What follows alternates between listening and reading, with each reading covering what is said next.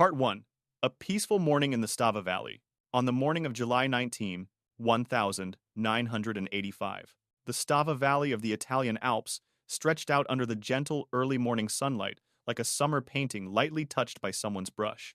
Small wooden houses exhaled thin smoke from their stoves, family hotels turned on warm lights in their lobbies, and hiking shops opened their doors slightly to await visitors. Children ran around in their front yards, drawing circles on the gravel ground. A few tourists, backpacks on, walked briskly along the path leading to the edge of the forest, preparing for a clear day of trekking. The smell of roasted coffee, the smell of toasted bread, and the cold of the morning blended together, making the valley seem sealed in absolute peace. The small stream flowing through the center of the valley sparkled in the sunlight, gurgling innocently, as if nothing in the world could hurt this place. On the slopes, the pine trees stood upright, silent, unaware that tension had been building up inside them for months. Just a few hundred meters from the settlement, two fluorite tailings ponds, huge, makeshift tailings ponds, slept suspiciously still. Originally, there was only one lower pond. Then, in need of more mud, a higher, larger one was built, right on the edge of the old one. The ground was weak, poorly compacted, and the dam banks were built with soil hastily taken from other areas. Patched together over many years, the new layer of mud piled on top of the old layer, as thin and unstable as a building made of paper. Over the months, small cracks had appeared along the dam banks. They were as thin as hairs, but if you looked closely, you could see water seeping through them, a danger sign that should have raised the alarm for the entire system. But no one considered it a threat. For the people of Stava, this valley was home, the place where they were born and raised. For the miners, the sludge pond was just secondary infrastructure, something that existed quietly behind the main mining line, not worth worrying about every day. Only the earth knew the truth. In those peaceful hours, the groundwater pressure was rising at the bottom of the pond above. Each layer of sludge was compressed so hard that the dam bank shook slightly, a small vibration spreading out like the breathing of a cornered animal. The vibration was inaudible. It was too subtle, too deep underground. But with the fragile dam bank, each passing second was a step closer to breaking point. The valley was still immersed in gentle beauty. Adults laughed and talked. Tourists took pictures. Children called to each other. No one knew that the peace of that morning was just a temporary mask. In a few hours, the mountainside would open like a wound, and the enormous amount of mud that had accumulated over the years would rush down with unstoppable force, taking the peaceful Stava Valley with it. In just 7 short minutes. Part 2. Unnecessary signs. Around noon, the sun shone directly on the mud of the lake above, warming the thick mud by just a few degrees. For a solid dam, that wouldn't be a big deal. But for an earthen embankment that had been weakened for years, the slight increase in temperature caused uneven expansion and contraction. Dry soil, wet soil, sediment, and groundwater below created a tensioned mixture that was imperceptible to the naked eye. Every grain of earth in the embankment seemed to be compressed to its limit, waiting for the slightest change to burst. A passing technician saw a small streak of water seeping from the outside of the embankment, a narrow, brown line of moisture. He noted it down in his logbook. Slight seepage common. Then he moved on. No one asked him to take another measurement. No cross-checking procedures. No pressure sensors. No warning devices. To him and the miners, the sludge pond was just a technical accessory, but it was that thin streak of water that was the clearest sign that the dam was losing its stability. The mud inside, heavy and dense, was trying to find its way out. Beneath the gray mud surface were tens of thousands of cubic meters of mud-water mixture, as thick as liquid cement. It was so heavy that the earthen dam bank, which had been built temporarily, raised higher each year, could no longer bear it. The pressure from the inside out created a constant pushing force, like someone was using their shoulder to hit a weak wall. Every minute that passed, the bank weakened. The crack deepened a few millimeters. But from the valley, everything was perfectly quiet. People eating lunch, spoons tapping on glasses, buses getting ready to leave. No one knew that a few hundred meters above, death was swelling like a giant ball of mud. And then, just as the sun was about midday around 11:50, a small crack sounded inside the dam. The sound was so soft that it was barely audible over the wind blowing through the valley. But with the rotten earth structure, it was more than just a sound. It was the beginning of the collapse. Once the dam began to crack, everything that followed was a chain reaction. Irreversible. Part 3. The crack opens. Immediately after that, dry crack, a sound so small that no one in the valley heard it, the upper dam bank began to change color. The seemingly solid soil suddenly darkened, became moist, and a crack several meters long zigzagged across the dam surface like a freshly cut. From the crack, mud began to seep out. At first, it was just a thin, cloudy stream of water flowing down the dam face. But in a sludge dam system, any small flow was a sign of something more terrible to come. The muddy water didn't just flow out, it bore. Each droplet carried small particles of soil, widening its path, gouging deeper into the fine soil body that had been unevenly compressed over the years. In just a few dozen seconds, the muddy water transformed into a thicker, turbid, stronger stream of mud. It was like a mud auger was digging into the weakened structure of the dam. Below the surface, the rising groundwater pressure caused the base of the dam to bulge slightly, as if someone were pushing up from below, pushing the entire earthen structure forward. It was the moment the engineers feared most, but it was also the moment no one at Stava saw. Seconds later, the fissure widened to a space as wide as a door. Huge chunks of earth fell down with the mud, carrying dust, rocks, and the very blocks of earth that had once been the wall holding back the 180,000 cubic meters of sludge behind them. The face of the dam split open, creating an escape route through which the mud flow was waiting to rush. Then a deep, deep rumor rang out from the earth, the sound of a structure weighing thousands of tons collapsing. In that instant, the upper bank of the dam burst. Not slowly, not gradually. It exploded like a giant valve being ripped off its hinges. The thick sludge, accumulated over years of mine operations, rushed out like a flood of toxic sludge, so fast that no one could understand where it was coming from. The lower dam, which had been sinking, weak, and leaking for months, had no chance. The mud from the upper dam hit it like a hammer, weighing thousands of tons. And with just that one impact, the lower dam bank exploded like a water mine, releasing all the remaining sludge. The Stava Valley, in just a few seconds, was facing the largest mud avalanche in modern Italian history. A man-made flood that would sweep away everything in its path, leaving no chance of survival for what lay at the foot of the mountain. Part 4, the mud wall comes down. From the moment the two banks of the dam broke in succession, a wall of 180,000 cubic meters of thick, black sludge began to rush down the mountainside. It was no longer a liquid, it was a massive mass, as thick as fresh concrete, but moving as fast as a flash flood, dozens of meters high, dozens of meters wide. It rushed at a speed of nearly 90 kilometers per hour. Nothing could stand before it. No trees, no buildings, no people. The mud flow made a sound like a storm, trapped in the heart of the mountain, had just been released. The roar shook the air, mixed with the sound of crushed rock and the steel from the mine pipes being twisted. As it rolled down, the mud glowed faintly in large friction patches, as if there was an underground fire in the liquid mass. From a distance, it looked like a monster made of earth and stone, rushing down with the fury of nature offended for many years. In just a few seconds, the mud flow swept away everything on the mountainside. Technical roads, concrete beams, small bridges, even rows of large trees that had stood there for decades. Everything was swallowed like toys thrown into a crusher. Everything in front of it turned into a layer of gray-brown mud foam, swirling and boiling like floodwater on hot rock. In the valley below the mountain, people only felt the initial tremor as a small earthquake. Coffee cups on the table shook slightly. Some people stopped in the middle of the road, frowning, and then the noise grew louder, deeper, like the roar of a giant train rushing underground. They turned their heads, looked up the mountainside, and they saw the unimaginable. A large part of the entire mountain was moving. Not an ordinary landslide, but a giant chamber of black mud, rubble, and torn wood, rushing straight down where they were standing. The first people to see it only had time to stand still for a few seconds, before their brains could comprehend that what was coming was not smoke, not clouds, but a liquid death that was swallowing the entire valley. Part 5. The valley swallowed.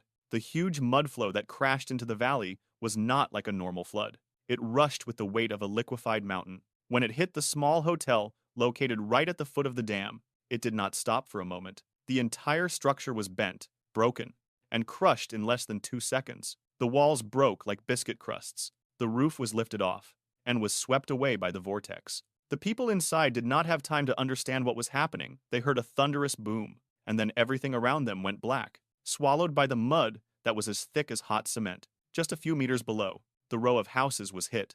The mud didn't flow over them, it crashed into them, yanked them apart, and tore them apart. Cars were lifted off the ground like toys, then hurled against walls like iron balls. Windows shattered. Large pieces of brick were rolled into the black mud, turning into vortexes. Household items, dining tables, wardrobes, wooden chairs, Even doors were ripped out of place as if yanked. A bus passing along the small road in the valley became the next victim. The driver barely had time to see a huge black mass pouring down from the mountain. No braking, no backing up, no avoiding, everything happened faster than any human reflex. The mud hit the body of the car, tossed it aside like a dry leaf, and then flipped it over. The entire vehicle was dragged for dozens of meters before sinking into a mud so deep and dense that there was no space for air. Survivors described the moment they were swallowed by the mud as being caught in a liquid nightmare. No light, no direction to swim, no air bubbles to breathe, only the terrible weight pressing on their chests, pressing against their faces, pulling them down like a ton of concrete. Many were conscious for the first few seconds but unable to move. The mud so thick it immobilized their bodies for a moment. In less than 30 seconds, the center of the valley, which had been lined with small shops, cafes, and homes, had all but disappeared from the map. The mud had not just destroyed the surface, it had also eroded the entire foundation, burying everything in a layer of black mud more than 3 meters deep. As the mud continued down the lower reaches of the valley, it left behind an eerie, flat landscape where a few minutes before, a vibrant community had been. Part 6, 7 Minutes of Destruction. From the moment the dam broke until the mud flow stopped completely, it took only 7 minutes. But in those 7 minutes, an entire valley was wiped off the face of the earth. Houses were crushed to pieces, people and objects buried under layers of mud up to 6 meters deep. It all happened too quickly for anyone to run.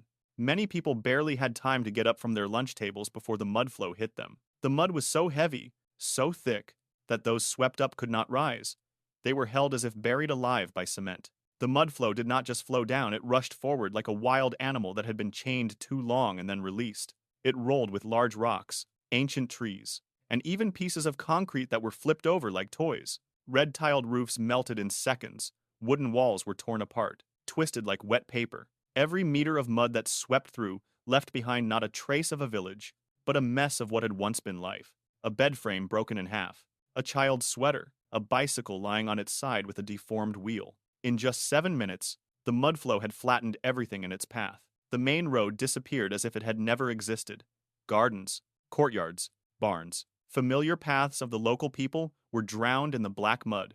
Those who were not swept away stood still and watched from a distance, unable to believe their eyes. Instead of a green valley with roofs and children's laughter, before them was only a sea of steaming, rolling mud. When the mud finally stopped, it left behind an unimaginable sight. A flat, dark gray surface stretched like a fresh wound on the body of the mountain. There was no movement, no sound, no sign of life that had ever existed here. The mud surface cracked slightly as the heat escaped, the last air bubbles bursting into small cracks like dying embers. People stood watching, shivering, not because of the cold, but because they understood that in just a few minutes, an entire world had disappeared. Part 7. The Rescue in the Sea of Mud. When the rescue team arrived, they could not believe their eyes. What had once been houses, hotels, and shops were now just piles of wood debris floating on the thick mud surface. Roofs were bent, window frames stuck in the mud like lost memories. There were no voices calling to each other, no children crying, only the creaking sound of the mud sinking under their feet like a final sound trail of disaster. The mud was too thick for any heavy machinery to operate. The fire truck's wheels were half buried in the mud, and the excavator couldn't move more than a few meters. So the rescuers had to go in by hand, digging with small shovels, rakes, hooks, and sometimes with their bare hands, digging through layers of mud as heavy as wet cement. Every time someone shouted, "We've found him," the group rushed forward, their hearts pounding, but a few seconds later, the shouts were silenced. Most were bodies, swept away too quickly to have a chance to fight back. Many victims were found huddled together, hugging each other, fathers hugging their children, wives hugging their husbands, brothers hugging their sisters like silhouettes, trying to hold back the mud flood with their own bodies. Wristwatches stopped at exactly 12:22. Broken plastic dolls, a mud-stained but still blurry family photo, an unfinished handkerchief. All became the only markers pointing to where there had once been a home. An unfinished lunch, a life in progress. The smell of sludge mixed with chemicals from the ore lake was so strong that it burned the skin of many rescuers. Many had to change their gloves constantly because they softened and tore under the sour mud. But they kept digging, sometimes kneeling down, trying to find every small gap in the mud as if searching for the last breath. The heat rising from the mud made the air thick and stuffy, like opening the lid of a large boiler. As the afternoon wore on, the mud began to cool and harden, turning what had already been a slim hope into a near-desperate one. But they didn't stop. They knew. If someone was still alive, trapped in some tiny pocket of air every minute, every second of digging could mean the difference between life and death. Underneath the thick layers of mud, they weren't just looking for people. They were trying to preserve every memory of a valley that had been obliterated in 7 short minutes. Part 8. The Truth Revealed. As the last of the mud settled and rescue teams began to approach the devastated area, investigators were confronted with a chilling realization. The Stava disaster was not a natural landslide, but the direct result of decades of negligence, ignored warnings, and a management system that considered human life to be a commodity. In the first technical documents that were dug up, it was discovered that the upper sludge dam had been raised several times, each time adding more soil without reinforcing the foundation. This was the cheapest, quickest, and most dangerous method. The upper and lower lakes, which were only temporary, were turned into permanent structures for more than a decade. Every time the sludge level rose, people simply added a layer of soil at the edge. The dam gradually rose, precariously built like a temporary attic on a hollow roof. Geological engineers had warned that the soil below was too weak, had high humidity, and was settling unevenly. But those warnings were ignored as technical nuisances. In internal meeting minutes, it was even stated, reinforcing the entire structure would be too expensive. Continue to operate as is. Not only was the structure bad, but supervision was almost non-existent. There were no pressure sensors, no automatic water level gauges, no dam break warning systems, things that even small-scale mines require. Instead, all inspections relied on the naked eye of a few technicians, who sometimes had no formal geotechnical training. Small cracks in the dam banks were noted repeatedly, but each time they were reported, the conclusion was terse, not a concern. The investigation also revealed that the operating company had known the dam was unstable for years. Internal reports made it clear the sludge was getting heavier, and raising the dam body increased the pressure exponentially. One engineer once said, "If this dam breaks, the whole valley will be wiped out in minutes." But his words were not reported to the authorities because that would have meant closing the mine, repairing the dam, and incurring huge financial losses. At the hearing, a judge asked a question that silenced the courtroom. How could such a shoddy construction be allowed to operate right above a densely populated valley? No one answered. Not a single company representative dared to look directly at the families who had lost loved ones. There was no reason enough to justify placing 180 cubic meters of sludge right above hotels, homes, children, and tourists. The truth was revealed, making the pain even more poignant. Stava did not die because of nature. Stava died because of negligence, disregard for science, and greed for cost-cutting. The dam broke in seconds, but it took years of bad decisions to cause it, like each pickaxe digging into the fate of the entire valley. Part 9. The Legacy of the Disaster. Today, in Stava, a small, simple memorial stands beside the stream that was once covered in mud. The names of the 268 victims are engraved in long rose names that represent an entire community that vanished in just 7 minutes. Tourists and engineers from all over Europe stop by, standing in silence before the names of children just a few years old, couples, and old people who had lived in the valley all their lives. The survivors say their most terrifying memory is not the sight of the fall, but the sound, a deep, thunderous roar, rumbling from the heart of the mountain, a sound they describe as the sound of the mountain collapsing in on itself. It was not a landslide, not a flood, but the sound of a huge, dense mass, plunging down like an unstoppable beast. Stava has become a symbol of something painful but simple. The disaster was not caused by nature, but by humans, by negligence, by sloppy management, by a series of warnings ignored because the cost of repairs was too expensive. It is now a place to learn not about tourism or sightseeing, but about responsibility. Young engineers who come to Stava are reminded of the now iconic saying, "Mud doesn't kill, indifference kills." And on these calm mornings, as the cool breeze blows down from the Dolomites and the sunlight sparkles on the water, one thing is clear: the memory of July 19, 1985 has not faded. It hangs there, in the air, in the stream, in every stone of the valley, a reminder of a disaster that the world paid 268 lives to never forget.